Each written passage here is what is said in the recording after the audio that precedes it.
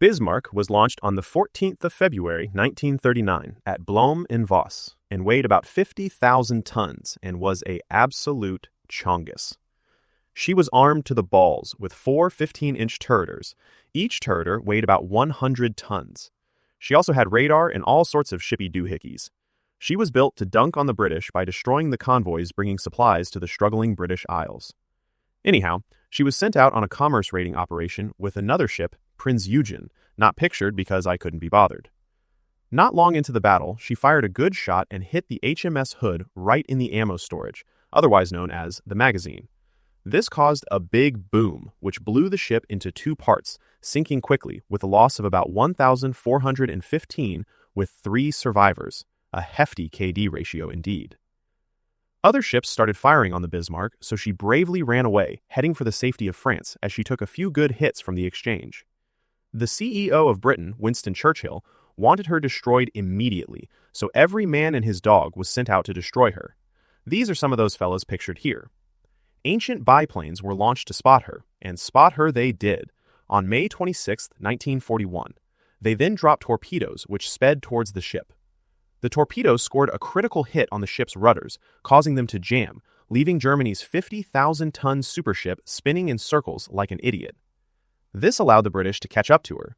The British ships and planes began pummeling her with torpedoes and shells, which caused significant damage to her upper works, but amazingly didn't do much to the armor belt. The ship was pretty much cooked by this time, however. Orders were given to the crew to open water valves and sink the ship, so the Brits could not capture her. That is pettiness I aspire to personally. The ship sank, claiming the lives of 2,200 men, and was a significant victory for the Royal Navy and Air Force in their fight against Germany. Edmund Fitzgerald. The Edmund Fitzgerald was launched on June 7, 1957, and was the first Laker built to the maximum St. Lawrence Seaway size. Like Bismarck, she was an absolute unit, but was built as a cargo vessel. The Fitzgerald was built to carry iron ore pellets to steel mills in Detroit and Toledo. Her original captain was famous for blasting music over the ship's speakers and giving running commentaries about the ship, cementing her place in the heart of ship saddos. In 1972, her final captain, Ernest McSorley, was appointed. McSorley was an experienced sailor, having began his career at the age of 18 working on seagoing ships before transitioning to lake shipping. He was nothing like Captain Polzer, as he ran a tight professional ship. The Fitzgerald would take on her cargo, which was loaded into her enormous holds and had to be poured perfectly, or she would lean to one side. This was quite a ball ache, as it could take hours to be loaded up for the voyage. Once loading was complete, she would dip and head across Lake Superior. Now, when I said lake, it's more like an ocean. Seriously, the thing is viewable from space and can create unbelievably violent storms in the winter months. The Fitzgerald left Superior, Wisconsin, headed for Zug Island.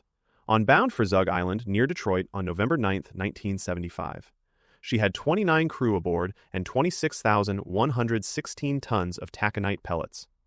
By November 10th, a significant storm was developing, with the storm creating hurricane-force wind gusts and massive rolling waves up to 35 feet high. Throughout the day, the Fitzgerald sustained topside damage and reported both of its radars were out. There was another ship about 15 miles ahead called the Arthur M. Anderson, also not pictured because I couldn't be bothered. The 2 ships were headed for the safety of Whitefish Bay. At 7:10, the Anderson radioed Fitzgerald asking how she was doing. The reply was, "We are holding our own." The ship suddenly vanished from the Anderson's radar screen and sank. She sits broken into 2 in 530 feet of Canadian waters, about 17 miles northwest of Whitefish Point, Michigan. No distress call was ever received, so whatever full boxed her happened quickly. Tragically, all 29 crew members perished. The exact cause of the sinking remains debated. Some say the ship was swamped by a big-ass wave, or that 3 big waves came and deleted her, or that the hatch covers failed, allowing her to sink.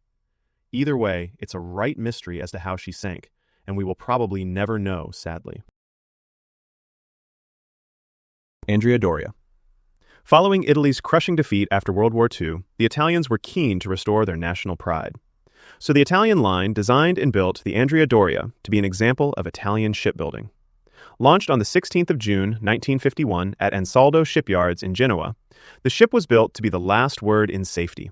She was built with a double hull and was compartmentalized into 11 watertight bulkheads in which any two could flood and she would maintain buoyancy. However, that proved to be a bit tender, as she would roll severely when hit by a decent wave. This was exacerbated when the fuel tanks were empty, usually at the end of a voyage. Anyhow, she left Genoa, headed for New York on the 17th of July, 1956, with 1,706 people aboard. On the 25th of July, the Swedish passenger liner Stockholm left New York City en route to Gothenburg. She was much smaller than the Andrea Doria was, but was still a comfortable ship. As the night went on, Andrea Doria was enveloped in thick fog, while the Stockholm was experiencing clear skies and was making 18 knots. Captain Calamai of the Andrea Doria reduced speed to 21.8 knots. By this time, both ships were aware of each other and were blasting their foghorns as they went along. Andrea Doria turned to the south to pass Stockholm starboard to starboard. Meanwhile, Stockholm turned to the south as well to try and widen their clearance, but it merely put the two on a collision course. As a result, the Stockholm T-boned Andrea Doria on her starboard side, creating a big hole. The ship immediately began taking on water and began to list to starboard. The bow of the Stockholm was entirely smashed away, and her captain moved people to the stern to lighten the bow. Unfortunately, the Andrea Doria's fuel tanks were holed in the collision, so they quickly filled up, making the list worse. Oh, and the water pump intakes were high out of the water as well. The Andrea Doria's list had increased to the point that the lifeboats on the starboard side couldn't be loaded. So Stockholm sent lifeboats, and people had to get down to the boats via Jacob's ladders. Various other ships, including the Ile-de-France, arrived and also began lowering lifeboats. Amazingly, only 46 people lost their lives in the kerfuffle, and the ship was evacuated in a timely manner, aside from one bloke who napped through the whole thing and awoke to realize the ship was empty. About 11 hours later, the Andrea Doria finally capsized and sank in 250 feet of water, about 50 miles south of Nantucket Island. The Estonia. MS Estonia was launched in 1979 as Viking Sally, but was renamed Estonia in the 90s. She spent years carrying passengers and vehicles across the Baltic Sea. She was the pride of Estonia, as they had only recently gained independence from the Soviet Union. She wasn't some tiny ferry either. She could carry nearly 2,000 people, along with hundreds of cars and lorries. For thousands of people traveling between Sweden, Estonia, and Finland, she was just another overnight ferry that got you where you needed to go. She had restaurants, bars, and even a casino and karaoke. On the evening of September 27, 1994, Estonia left Tallinn bound for Stockholm with 989 people on board. The weather was rough, with strong winds and heavy seas battering the ship as she crossed the Baltic. During the night, the bow visor, the huge door at the front that protects the vehicle deck, failed after being hammered by the waves. Once it tore away, seawater poured onto the car deck, which is about the last thing you want on a roll-on, roll-off ferry because all that water can slosh around and completely wreck the ship's stability. Weirdly enough, the ship immediately began to roll over, making escape from inside virtually impossible. And even for the people that did escape, they could not launch the lifeboats, so they spent the night in life rafts being tossed around by the sea.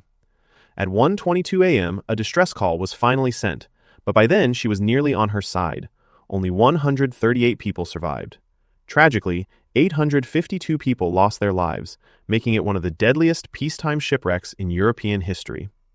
The official investigation blamed the failure of the bow visor, but over the years, plenty of other theories have appeared. Some people think a submarine rammed the ship, or that she was carrying super-duper secret cargo, but no evidence has ever been found for these theories. As a result, the disaster is still surrounded by debate. Whatever the cause, it remains one of the most haunting maritime disasters of the modern era. Lusitania. The Lusitania was launched on June 7, 1906, and at the time, she was one of the chonkiest ships around. She wasn't just designed to ferry rich people across the Atlantic in ridiculous levels of comfort. She was also built with help from the British government so she could be converted into an armed cruiser if war ever kicked off. A bit sneaky-peeky, but that's how things were back then. Powered by big boy steam turbines producing around 68,000 horsepower, Lusitania could send it across the Atlantic at over 25 knots, making her one of the fastest ships afloat.